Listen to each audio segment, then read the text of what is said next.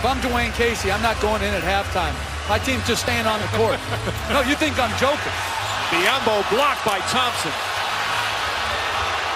And then Biyombo fouls Irving. And not a smart play. Thompson gets in his face. That puts him in the penalty. A technical foul call. Thompson pushes away James. And I think they thought it was one of the Raptors and hit him with a tee. Well, it was his own teammate, I think. It was actually DeMarre Carroll. It was Tristan Thompson that hit LeBron James. Referee Kenny Mauer thought it was DeMarre Carroll. They've got to take a look at it and get it right. Yeah, James got hit in the face, but it did not appear it was a Raptor, yet a Raptor was hit with a tee for it. That's what Carroll's upset about. Now, the officials will now go look at the replay. Here's the play. As Thompson bums Biyombo. Normal thing to have words right here. Joseph trying to separate him. And it's Tristan Thompson who hits LeBron James, not DeMarre Carroll. Kenny Mauer thought it was Carroll. And hopefully, as they look at the replay, they can rescind that technical on Carroll. After all of this, if you're Dwayne Casey, grabbing these guys and say, look, we're on assignment tonight. Let's not be sidetracked. Stay focused and take care of our business. Toronto playing so well right now. Let's bring it on. Tucker is off. Another rebound for Young. Young and Teague. And Stevenson's going to lay it in. Well, that's not quite frankly. You can take it or leave it. And see, they get into it because they think it's a real chump move that he tried to take the ball and made the shot. See, that one Lance has got to know. You back that off. You can see that one coming. The shot, you're at the end of the game. They get the ball. He needs to dribble that one out. And P.J. Tucker's about to get himself in all kind of trouble for that. Because he won't go away. But it started when Lance made the shot. Right away, DeMar DeRozan and P.J. Tucker went up to him because he went to put that ball in the basket instead of letting it go. He's trying to rub it in your face. There's no need to do it. You see it right? Here we go. They go right up to him at the half. There's one, there's two, and then the teammates make sure they come in and get something. Those guys on the floor. And now the fans are turning to Lance. They wanted some edge. They got it. They've talked all year long that that's what this team has been lacking. There's no question about it. Absolutely be in that discussion. It deserves to be. Absolutely. And now James Johnson and Serge Ibaka. And James threw a punch. And you don't want to mess with James Johnson, as we all know. And now Serge walks away. They got it to the shooter. And now Valanciunas picks up the offensive foul. And he and Beal going at it a little bit. Beal wanted the ball. Valanciunas didn't want to give it up.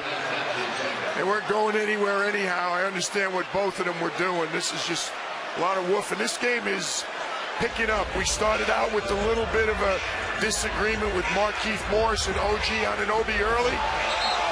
And now it continues to get heated as John Wall and Serge Ibaka exchanged words, and Serge Ibaka began taking some steps towards John Wall.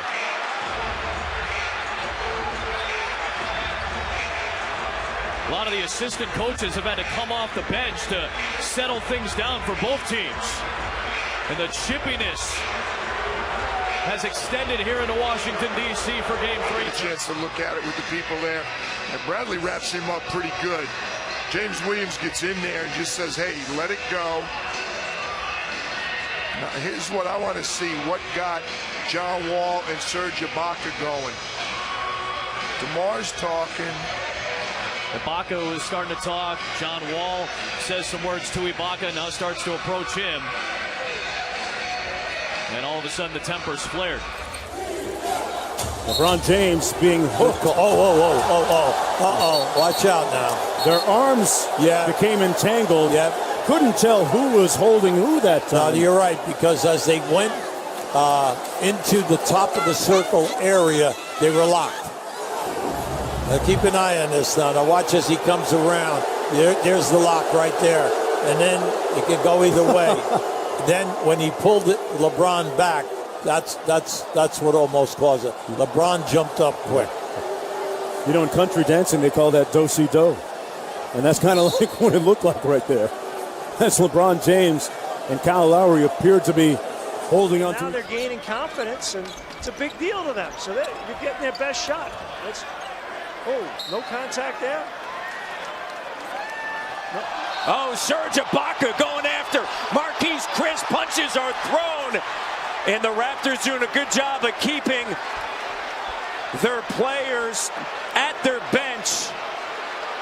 And punches thrown, heavy punches between the two. And Ibaka walking off of the court. And the ramifications of this will not be good for either player. Deeper effects certainly for the Raptors, who are currently in second in the Eastern Conference. And, well, Ibaka and Chris, I think they're engaged on the long. Here, watch this here. That was my point. There needed to be a whistle there. And then Chris, you see him say something.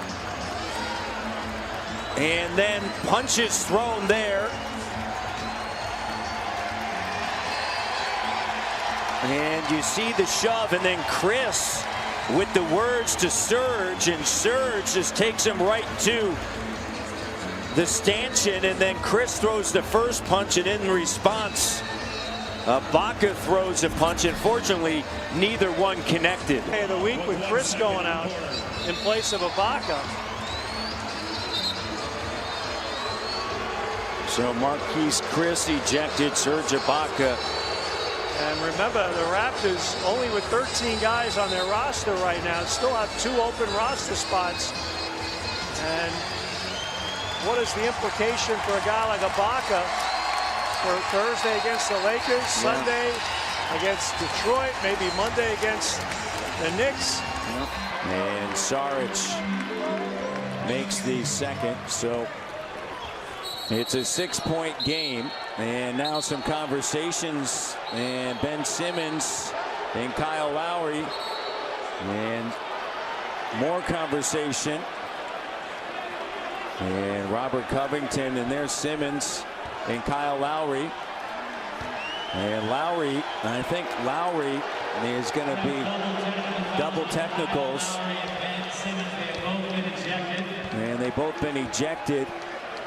So Lowry and Simmons, let's see what happens. Right, let's see here. Well, Pirtle, I was right in front of me, Matt, and Pirtle had a strong box out on Simmons, and Simmons didn't like it.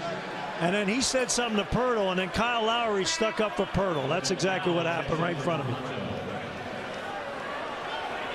Eric Spoelstra, C.J. Miles right there, and Dragic, and now everybody coming out towards the court. Dragic saying some words to DeRozan. DeRozan as well. And when the ball comes in, everyone's got to know who's got who. And you see Dragic and DeRozan and Eric Spoelstra after the game. And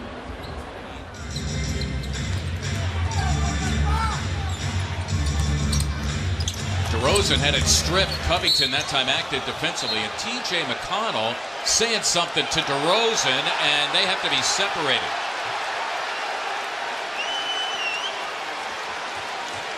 Well, they have matched wits on a number of occasions this afternoon. The Raptors have been getting switches with McConnell on DeRozan, so one might imagine something may have transpired earlier in this game that precipitated this. Well, he's 3 of 7 as well. Struggling after coming in playing well. And by the way, if you're DeRozan, why are you doing that? Your team's in the penalty. So I understand it. And the foul 90 feet away from the basket never makes sense. I think he lost his cool a little bit. And the officials now are going to check the replay and say, you know, is it a flagrant from the standpoint that it was unnecessary contact? Well, in my humble opinion, all of that was unnecessary. Here it is again. He loses the ball. Robert gets it right. He wants the foul there. Doesn't get it called, so figures, you know what? I'm going to vent a little bit.